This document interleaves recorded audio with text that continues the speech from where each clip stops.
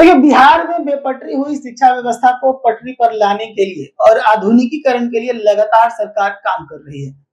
आप सभी को याद होगा के पाठक एसीएस के तौर पर शिक्षा विभाग में आए थे और जब एसीएस के तौर पर आए थे तो कई सारी खामियां जो थी वो शिक्षा विभाग की उन्होंने दूर करके दिखाई। जैसे शिक्षकों के नादारद होने की खामी, बच्चे स्कूल नहीं पहुंचते थे, उन्हें स्कूल आने पे मजबूर किया के पाठक ने।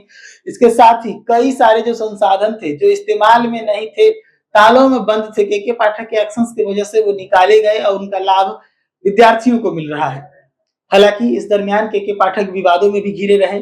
कई मामले जो है वो उनके फैसला लेने के बावजूद फैसला को वापस करना पड़ा। उनके भिरंत शिक्षा मंत्री से देखने को मिला, बिहार के राज्यपाल से देखने को मिला, शिक्षकों से देखने को मिला। तो कई तरह के भिरंत जो थे वो देखने को मिले के पाठक के। लेकिन इन सब के बावजूद के पाठक के कई सारे ऐसे भी एक्शंस रहे जिसने बिहार की शिक्षा व्यवस्था को एक नया मोड़ दिया है।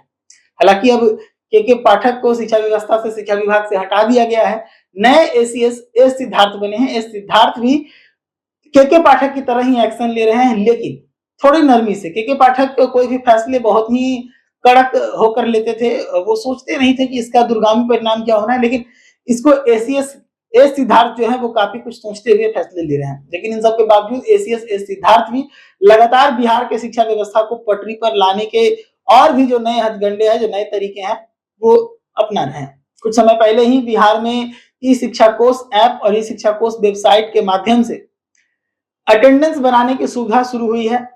अटेंडेंस बनाने की सुविधा शुरू होने के कारण अब शिक्षक जो है वो कहीं बाहर नहीं रह सकते, कहीं बाहर से रह के अपना अटेंडेंस नहीं बनवा सकते।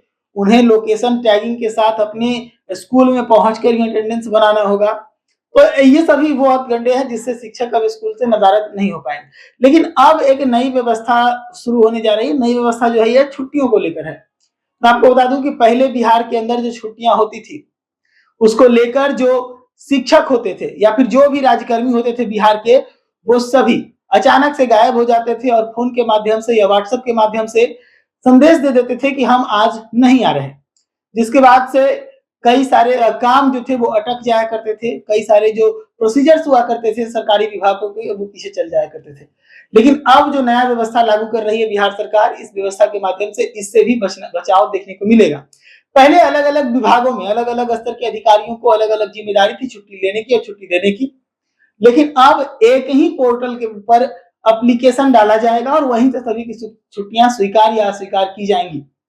चाहे वो छुट्टी अल्पकालिक हो, चाहे वो दीर्घकालिक छुट्टी हो, चाहे वो आकस्मिक छुट्टी हो या फिर प्री प्लान छुट्टी हो, वो हर तरह की छुट्टियों के लिए अब ऑनलाइन आवेदन देना पड़ेगा और उस ऑनलाइन आवेदन के माध्यम से ही ये तय होगा कि जो राज्यकर्मी है उन्हें छुट्टी मिलेगी कि नहीं मिलेगी। नई व्यवस्था से जो राज्यकर्मी है उनके अंदर अफवाह की स्थिति भी है, क्योंकि पहले वो अचानक से गायब हो जाते थे, फोन कर देते थे, व्हाट्सएप कर देते थे, उसके बाद छुट्टी मिल जाती थी। और पहले जो नजदीकी अधिकारी थे उन अधिकारियों को विशेष लाभ का सुविधा देकर, विशेष लाभ का सुविधा लेकर ही छुट्टियां उनसे स्वीकार करवाई जाती थी। इन सभी चीजों पर अब लगाम लग जाएगा। तो ऐसे ही तमाम खबरों के लिए जुड़े रहिएगा दैनिक न्यूज के साथ। धन्यवाद।